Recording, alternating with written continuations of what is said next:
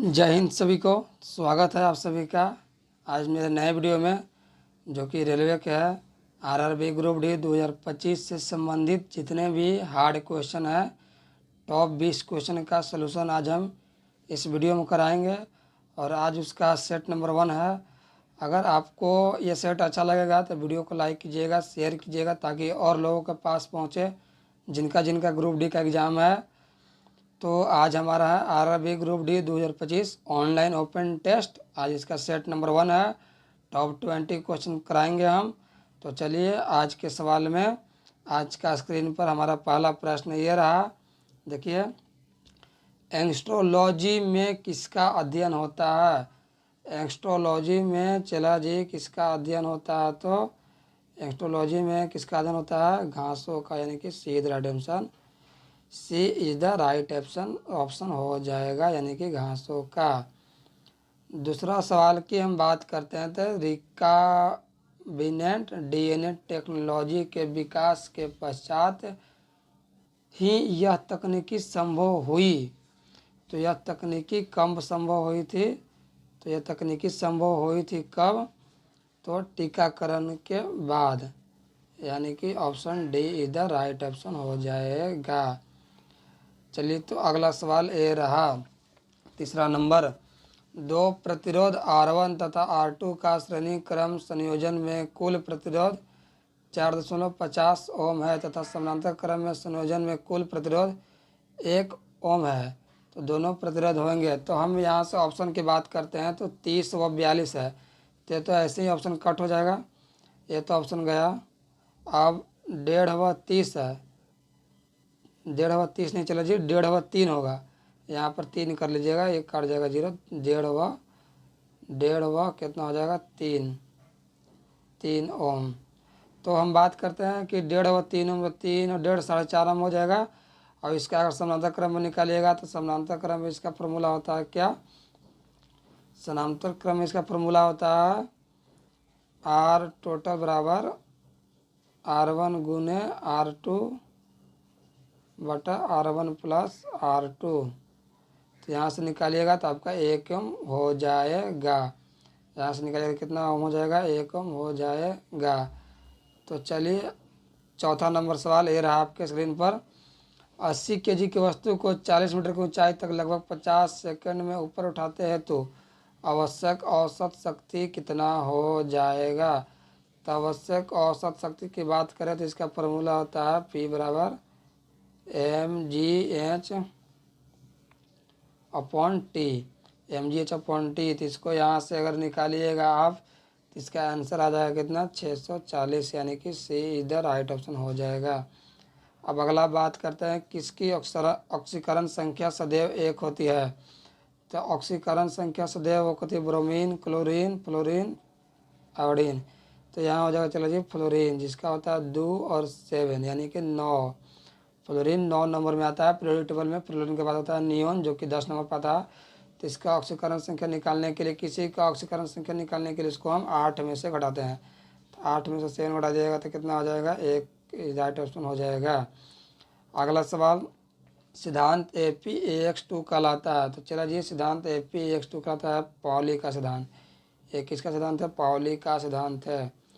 चलिए, तो अगला सवाल हम देखते हैं, पुनर्चक्रण क्वांटम संख्या के कितने मान संभव है? तो पुनर्चक्रण क्वांटम संख्या के 2 मान संभव है। 2 मान संभव है। चलिए, तो अगला सवाल आपके स्क्रीन पर ये रहा, 8वां नंबर। 8 नंबर क्वेश्चन क्या कहता है? किसी ध्वनि स्रोत की आवृत्ति 50 हर्ट्ज है। 2 सेकंड में कंपनों की संख्या। तो कंपनों की संख्या चला जी कर देंगे क्या? n गुने टी। n क्या है? आवृत्ति है। तो 50 गुने 2 कीजिएगा तो कितना हो जाएगा? 100 हो जाएगा। संख्या यहाँ पर राइट ऑप्शन हो जाएगा सी नंबर। ऑप्शन इधर उधर हो गया होगा, चला जी, तो उससे कोई दिक्कत नहीं। आप सिर्फ सवाल पर ध्यान दीजिए। आपको सिर्फ सवाल देखना है, कंटेंट के ऊपर ध्यान दीजिए। तो आज का 9th नंबर क्वेश्चन ये रहा, समाविष्ट में एक चिंदू पर रखा गया है बिंदु आवेश Q एक विद्युतीय बल का अनुभव करता है। उस विशेष पर विद्युतीय क्षेत्र की तीव्रता क्या है? तो विद्युतीय क्षेत्र की बात करें तीव्रता की तो ई बराबर होता है एफ अपॉन की एफ बाई क्यू। तो एफ बाई क्यू किस में है, सी में है, तो सी इधर राइट ऑप्शन हो जाएगा। चलिए तो अगले सवाल की बात करते हैं। निम्नलिखित में से कौन से गैसों का प्रयोग आर्क वेल्डिंग में प्रक्षिप्त गैस के रूप में नहीं किया जाता है। तो चला जी इसका आ जाएगा कार्बन मोनोऑक्साइड, यानी कि डी इधर राइट ऑप्शन हो जाएगा कार्बन मोनोऑक्साइड। ये सब का प्रयोग करते हैं, हीलियम का प्रयोग करते हैं, आर्गन का प्रयोग करते हैं, कार्बन डाइऑक्साइड का, लेकिन कार्बन मोनोऑक्साइड का प्रयोग नहीं करते हैं क्योंकि यह जहरीला गैस है। कैसा, जहरीला, क्योंकि यह जहरीला गैस है, जहरीला गैस है। चलिए तो अगला सवाल देखते हैं। पूर्ण आंतरिक परिवर्तन तथा संभव है। पूर्ण आंतरिक परिवर्तन कब संभव है, जब सघन से विरल में जाएगा। तो जब सघन से विरल में जाएगा यानी कि ऑप्शन हो जाएगा डी, यानी कांच से जल में। कांच हो जाएगा, चला जी सघन, कांच क्या हो जाएगा, सघन, कांच हो जाएगा सघन, सघन, कांच क्या हो जाएगा, तो सघन हो जाएगा, कांच क्या हो जाएगा, सघन, और जल क्या हो जाएगा, क्या हो जाएगा, जल विरल हो जाएगा, जल क्या हो जाएगा, विरल, जल क्या हो जाएगा, विरल। चलिए तो हम अगला सवाल देखते हैं 12 नंबर। निम्नलिखित में से किसमें सहसंयोजी और आयनिक अबंध होते हैं। तो ये चला जो हो जाएगा NH4Cl, यानी ऑप्शन नंबर सी। NH4Cl में दोनों बनता है, सहसंयोजन भी और आयनिक बंधन भी बनता है। चलिए तो अगला सवाल हमारे स्क्रीन पर ये रहा 13 नंबर क्वेश्चन। इस धातु के यौगिक कुछ शीशे तथा साबुन दोनों के घटक है। तो पोटेशियम, पोटेशियम जैसे शीशा और साबुन दोनों का घटक है, तो बी इधर राइट ऑप्शन हो जाएगा। अगला सवाल की बात करते हैं 14 नंबर। क्वांटम सिद्धांत का सुझाव किसने दिया था। तो प्लांक्स ने, मैक्स प्लांक ने, मैक्स प्लांक ने प्रकाश कण गुण यानी कि क्वांटम सिद्धांत दिया था, क्वांटम सिद्धांत दिया था। प्रकाश कण गुण भी इसी ने दिया था, प्रकाश कण गुण, प्रकाश कण गुण, प्रकाश कण गुण। अब हम बात करते हैं न्यूटन की। तो न्यूटन ने गति का नियम दिया था। न्यूटन किसका नियम दिया था, गति का नियम दिया था, गति का नियम, गति का नियम। आइंस्टाइन प्रकाश वैद्युत प्रभाव की खोज किए थे, प्रकाश वैद्युत प्रभाव, प्रकाश वैद्युत प्रभाव। चलिए तो अगला सवाल देखते हैं 15 नंबर। ऊंचाई h पर 20 kg भार वाली वस्तु की स्थिति 6000 जूल है। तो हाइट का मान पूछ रहा था। हाइट का मान निकालने के लिए हम क्या बताए थे, पोटेंशियल एनर्जी बराबर होता है mgh, mgh। यहाँ से h निकालिएगा तो potential energy by, potential energy by क्या हो जाएगा, mg। अब यहाँ से निकालिएगा तो 600/20 गुने 10 की जगह तो कितना आंसर आ जाएगा, 3 मीटर, 3 मीटर आ जाएगा राइट आंसर। अब बात करते हैं 16 नंबर की। दो प्रतिरोधकों 20 ओम और 30 ओम को समानांतर क्रम में जोड़ा जाता है। इस संयोजन में यहाँ पर गलत है, 2 नहीं होगा, यहाँ पर ओम कर लीजिएगा, ओम हो जाएगा, यहाँ पर भी 2 नहीं, ओम हो जाएगा। तो हम बात करते हैं दो प्रतिरोधकों 220 ओम और 30 ओम समानांतर क्रम में जोड़ा जाता है। इस संयोजन को 80 प्रतिरोधक और 12 वोल्ट के बैटरी के साथ श्रृंखला में जोड़ा जाता है। तो 200 वाले प्रतिरोधक में धारा की मान क्या हो जाएगा। तो चलो जी इसका आंसर निकालिएगा तो आ जाएगा 0.36 जूल, यानी कि 0.36, इसको लगा दीजिएगा 0.36, 0.36 आएगा। इसको निकालिएगा तो इसको निकालने के लिए बता देंगे। समानांतर क्रम में पहले कीजिएगा तो R1 गुने R2/R1 प्लस R2, फिर उसके बाद जाइएगा तो फिर श्रेणी में कीजिएगा तो R1 प्लस R2 हो जाएगा। तो जो समानांतर से निकलेगा फिर श्रेणी में से निकलेगा और दोनों को जोड़ दीजिएगा तो फिर उसके बाद धारा निकलेगा तो I बराबर V/R। तो 12 वोल्ट है, R का मान दे दीजिएगा, आ जाएगा। अब हम अगले सवाल की बात करते हैं। तो 17 नंबर सवाल क्या कहता है, चला जी 17 नंबर सवाल करता है सरल मशीन के वेग का अनुपात मशीनों में डैश तय की गई दूरी डैश द्वारा दूरी का अनुपात होता है। तो वेग अनुपात की बात करते वेग अनुपात बराबर होता है प्रयास बटा भार, प्रयास बटा भार, प्रयास बटा भार, यानी कि डी इधर राइट ऑप्शन हो जाएगा। और अगर हम यांत्रिक लाभ की बात करें, यांत्रिक लाभ की बात करें, यांत्रिक लाभ की बात करें, यांत्रिक लाभ की बात करें,